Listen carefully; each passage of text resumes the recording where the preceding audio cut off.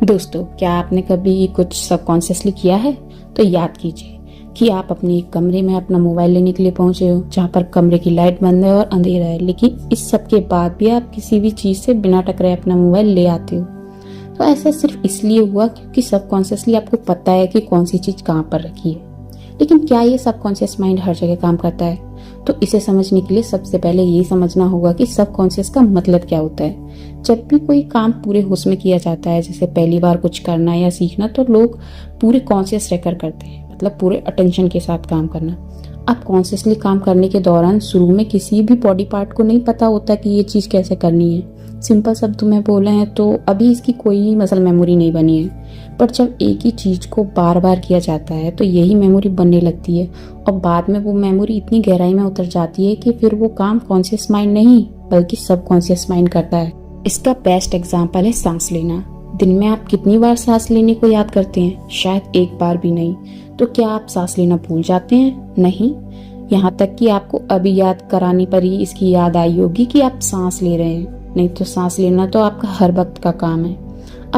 अब बात करते हैं कि सबकॉन्शियस माइंड कितने टाइम में डेवलप होता है। जैसे अगर किसी ने सांस लेने को हैबिट बना लिया होगा तो कितना वक्त लिया होगा।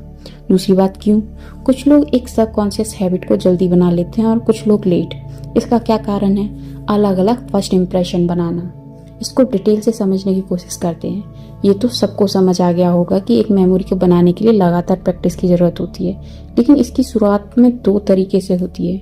पहला एक खराब इंप्रेशन से और दूसरा एक अच्छे इंप्रेशन से। खराब इंप्रेशन का मतलब है कि पहली बार कोई काम कर रहा है पर ज्यादा ध्यान नहीं दे रहा है। वही अच्छा इंप्रेशन तब बनता है जब हम कोई काम पूरे अटेंशन और डेडिकेशन से करें। बस इसी तरह एक अच्छा इंप्रेशन दिमाग में ज्यादा चलता है, लेकिन अगर कोई स्ट्रॉन्ग मेमोरी चाहता है तो उसे अपनी फर्स्ट इंप्रेशन भी स्ट्रॉन्ग रखना होगा। इससे रिलेटेड आपने एक कहावत तो सुनी होगी, first impression is the last impression.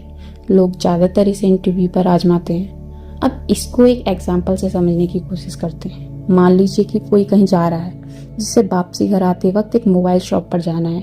अब इसके दो सिनेरियो हैं। पहला, वो व्यक्ति केवल उसी दुकान को देखता है जहां पर उसे वापसी के वक्त आना है और आगे बढ़ जाता है।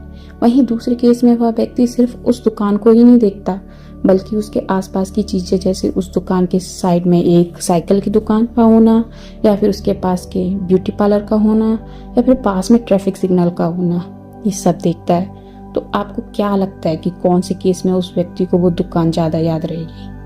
ऑफ कोर्स दूसरे केस में, क्योंकि यहाँ पर उसने उस दुकान के साथ उसकी सराउंडिंग्स को भी ध्यान से देखा और याद किया, जिससे उसके माइंड में कई स्ट्रॉन्ग एसोसिएशन भी बने, जिससे उस दुकान का पहला इम्प्रेशन बहुत स्ट्रॉन्ग बना है। जब वह उस रास्ते में कई बार गुजरेगा तो उसके एसोसिएशन और मेमोरी और स्ट्रॉन्ग हो जाएगी। सबकॉन्शियस माइंड सही मायने में एक रहस्य ही है, क्योंकि भले ही कोई इसे देख ना पाता हो हवा की तरह, मगर इसके फायदों को जरूर महसूस किया जा सकता है। इसमें मजेदार बात यह है कि जब इंसान इसको बेहतर तरीके से यूज करना सीख लेता है तो इसके ये कामों को लोग चमत्कार समझने लगते हैं। ये सब जानने और सीखने के लिए हमारी playlist the summary of book memory को चेकआउट करें। इस सफर पर हमसे जुड़े रहने के लिए हमें सब्सक्राइब करें और हमारी नई वीडियो की नोटिफिकेशन के लिए बेल आइकन दबाएं।